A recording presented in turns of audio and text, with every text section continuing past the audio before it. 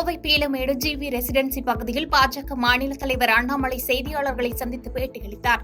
அப்போது பேசிய அவர், தேர்தலுக்கு பின் 2024 கொங்கு மண்டலம் யாருடையது என பார்க்கலாம் என சவால் விடும்படியாக பேசினார். தொடர்ந்து ஊழல் யூனிவர்சிட்டிக்கு வேந்தராக பிரதமர் இருக்கிறார் என்றால் ஸ்டாலின் யூனிவர்சிட்டியாக இருக்க வேண்டும் என்றும் முதலமைச்சர் மு.க.ஸ்டாலினுக்கு பதிலடி கொடுக்கும் வகையில் பேசினார்.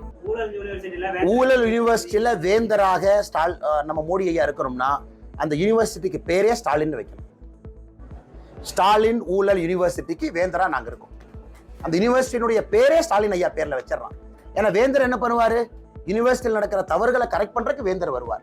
அதனால ஸ்டாலின் ஊழல் பல்கலைக்கழகத்திற்கு அங்க இருக்கக்கூடிய தவறுகளை திருத்துவதற்கு வேந்தராக மோடி ஐயா வருவாரு. அதனால ஸ்டாலின் ஐயாவே அப்பப்ப உண்மையை பேசுறாரு.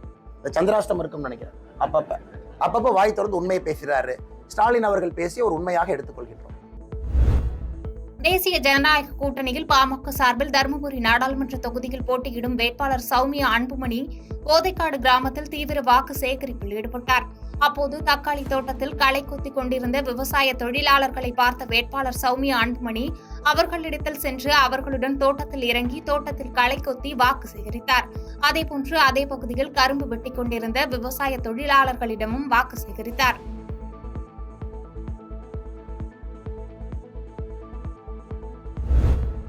வேலூர் மாவட்டம் பேரணாம்பட்டு பகுதியில் நடிகர் மன்சூர் அலிகான் பலாப்பழம் சின்னத்திற்கு வாக்குகளை சேகரித்தார்.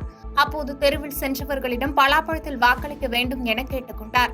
பின்னர் செய்தியாளர்களிடம் பேசிய அவர், இந்திய ஜனநாயகத்தை பாஜக அரசு மிக மோசமாக நடத்துவதாக விமர்சித்து பேசினார்.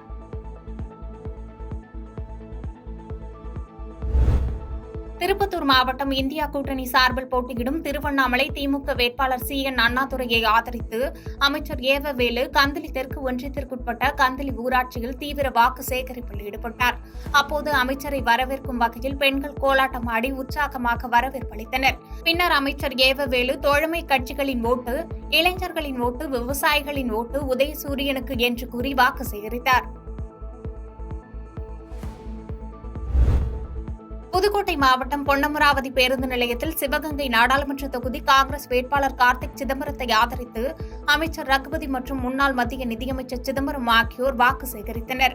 அப்பொழுது பொதுமக்கள் முன்னிலையில் சிதம்பரம் கடந்த 3 ஆண்டு திமுக ஆட்சியில் 7000 கோடி மதிப்பிலான கோவில் நிலங்களை மீட்டு கோயில்களுக்கு மீட்டு திரும்ப ஒப்படைக்கப்பட்டுள்ளது என்று கூறி வாக்கு சேகரித்தார். எத்தனையோ திட்டங்களை நிறைவேற்றியிருக்கிறார்கள். இன்னொன்றை மட்டும் சொல்கிறேன் 6809 கோயில்களிலே புடமுழுக்கு நடத்தியிருக்கிறார். 7000 கோடி ரூபாய் கோயில் நிலத்தை மீட்டு கோயில்களுக்கு ஒப்படைத்திருக்கிறார். அதே போலத்தான் இந்திய அரசு சூழ்நிலை.